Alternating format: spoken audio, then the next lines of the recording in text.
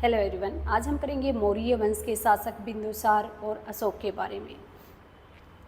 तो ऐतिहासिक प्रमाणों के अनुसार मगध महाजनपद पर कुल 7 राजवंशों ने शासन किया, जिनमें हर्यक वंश, शिशुनाग वंश, नंद वंश, मौर्य वंश, शुंग वंश, कणव वंश और सातवाहन वंश। इनमें जो मौर्य वंश के शासक हुए, प्रथम जो शासक थे वो थे चंद्रगुप्त मौर्य। उनके बेटे थे बिंदुसार। बिंदुसार का जन्म 340 ईसा पूर्व में पाटलिपुत्र जो वर्तमान बिहार में हुआ और इनकी मृत्यु 297 ईसा पूर्व हुई। ये चंद्रगुप्त मौर्य और दुर्दुरा के पुत्र थे। इनको प्राप्त जो उपाधियां थी वो थी यूनानी अभिलेखों में इनको कहा गया एमित्रोकेटस। संस्कृत व्याकरण ग्रंथों में इनको अमित्रघात यानी शत्रुओं का नाश करने वाला कहा गया। वायु पुराण में मद्रसार, भागवत पुराण में वारिसार, बौद्ध विनय पिटक टीका, महावंश, दीपवंश आदि में इनको बिंदुसार के नाम से भी जाना गया। इनके जो विदेशों से संबंध थे उनके बारे में जान लेते हैं।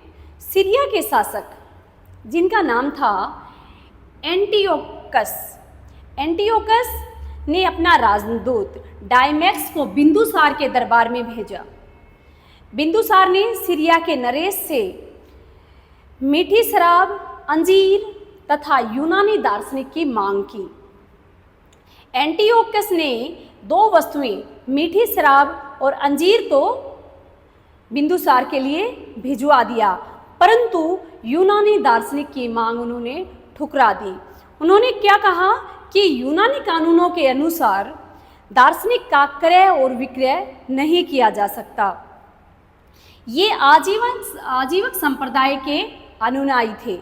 बिंदुसार जो थे वो आजीविक धर्म या आजीविक संप्रदाय के अनुयायी थे। आजीविक जो संप्रदाय है उसमें क्या होता है कि इसमें तपस्वी तरीके से अपने जीवन को जीना होता है। उस समय क्या हुआ, एक विद्रोह हुआ। उस समय तक्षशिला में एक विद्रोह हुआ और तक्षशिला का जो राजकुमार था वह बिंदुसार का बड़ा बेटा सुसीम था। अब विद्रोह को दबाने में सुसीम असफल रहा।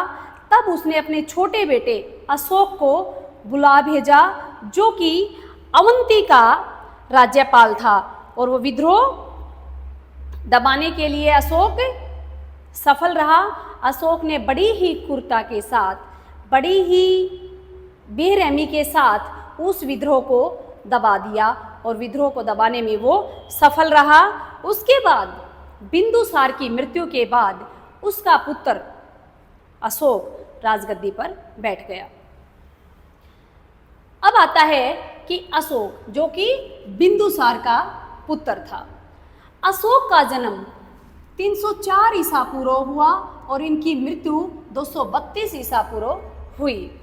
268 में सिंहासन पर बैठा, 269 ईसा पूर्व में इनका राज्याभिषेक हुआ। इनकी माता का नाम था सुभद्रांगी। अशोक की माँ जो थी सुभद्रांगी थी। राज्याभिषेक के 8वें वर्ष या 8 वर्ष पश्चात जब इनका राज्याभिषेक हुआ, उसके 8 वर्ष पश्चात 261 ईस्वी पूर्व में अशोक ने कलिंग पर आक्रमण कर दिया और कलिंग को जीत लिया। कलिंग पर जो आक्रमण हुआ था उसमें भीषण नरसंहार को देखकर अशोक का हृदय जो है वो परिवर्तित हो गया। हृदय परिवर्तन हो गया कलिंग के विद्रोह के बाद। अशोक ने का हृदय परिवर्तन हुआ। अशोक ने उसके बाद बौद्ध धर्म को अपना लिया। बौद्ध धर्म की शिक्षा अशोक ने उपगुप्त ने दी थी। अशोक को जो बौद्ध धर्म की शिक्षा दी वो उपगुप्त ने दी थी। अशोक का धर्म उसका अपना व्यक्तिगत धर्म था। उसने कभी भी बौद्ध धर्म को राजकीय धर्म घोषित नहीं किया था।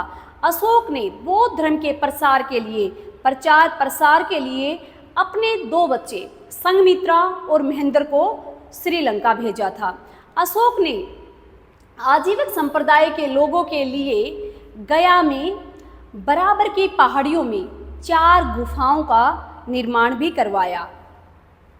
अशोक भारत का पहला ऐसा शासक था जिसने अपने संदेशों को अभिलेखों के माध्यम से जनता तक पहुंचाया। अशोक के अभिलेखों की भाषा पूछते हैं, अशोक के अभिलेखों की भाषा कैसी थी? प्राकृत भाषा थी। प्राकृत भाषा से जिसे 4 लिपियों में लिखा गया था, ब्रह्मी लिपि, खरोष्टी, अरमाइक और ग्रीक। ब्रह्मी लिपि थी, ये भारत में थी, भारत में ये अभिलेख इनके पाए गए हैं। खरोष्टी लिपि पाकिस्तान में पाई गई, जो कि दाएं से बाएं लिखी जाती है। अरमाइक लिपि अफगानिस्तान में पाई गई। ग्रीक लिपि जो थी वो अफगानिस्तान की उत्तरी सीमा पर पाई गई। क्या? इनके अभिलेख मिले हैं वहाँ से। अभिलेखों को पढ़ने में पहली सफलता किसे मिली? अशोक के अभिलेखों को पढ़ने में पहली सफलता 1837 ईस्वी में जेम्स प्रिंसेप को मिली थी। इन्होंने इसके अभिलेखों को पढ़ा था। अधिकतर अभिलेखों में इन्होंने अपना नाम क्या लिखा है? देव नाम, यानी देवताओं की पसंद। अशोक ने लोगों को नैतिकता सिखाने के लिए जो नियम कानून की संहिता बनाई उसे धम्म कहा गया। आगे आता है कि मौर्यकालीन वास्तुकला कैसी थी। उस समय की जो वास्तुकला थी वो किस प्रकार की थी? भवन जो थे वो लकड़ी के थे, जो कि वर्तमान पटना से ये इनके साक्ष्य मिले हैं। पत्थर के कुशल कारीगर थे। ये कहाँ से हमें पता चला कि पत्थर के कुशल कारीगर थे?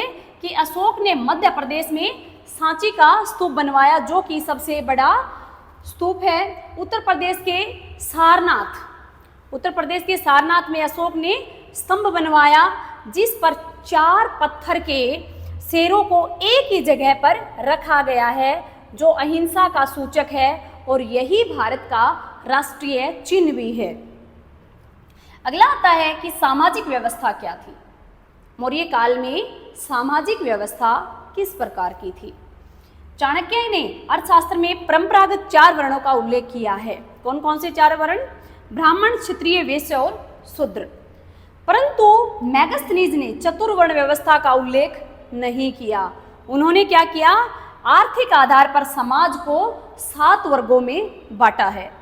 पहला है दार्शनिक, दूसरा कृषक यानी किसान, तीसरा पशुपालक, चौथा है व्यापारी, शिल्पी, 5वां सैनिक, निरीक्षक और मंत्री। दार्शनिक जो थे उसके अंतर्गत क्या आता था? पुजारी, भिक्षु, विद्वान, ये आते थे दार्शनिक के अंदर। कृषक वर्ग में यानी किसान वर्ग में क्या था कि जितने भी ये 7 वर्ण थे ना, 7 वर्णों में सबसे अधिक संख्या थी वो थी किसानों की।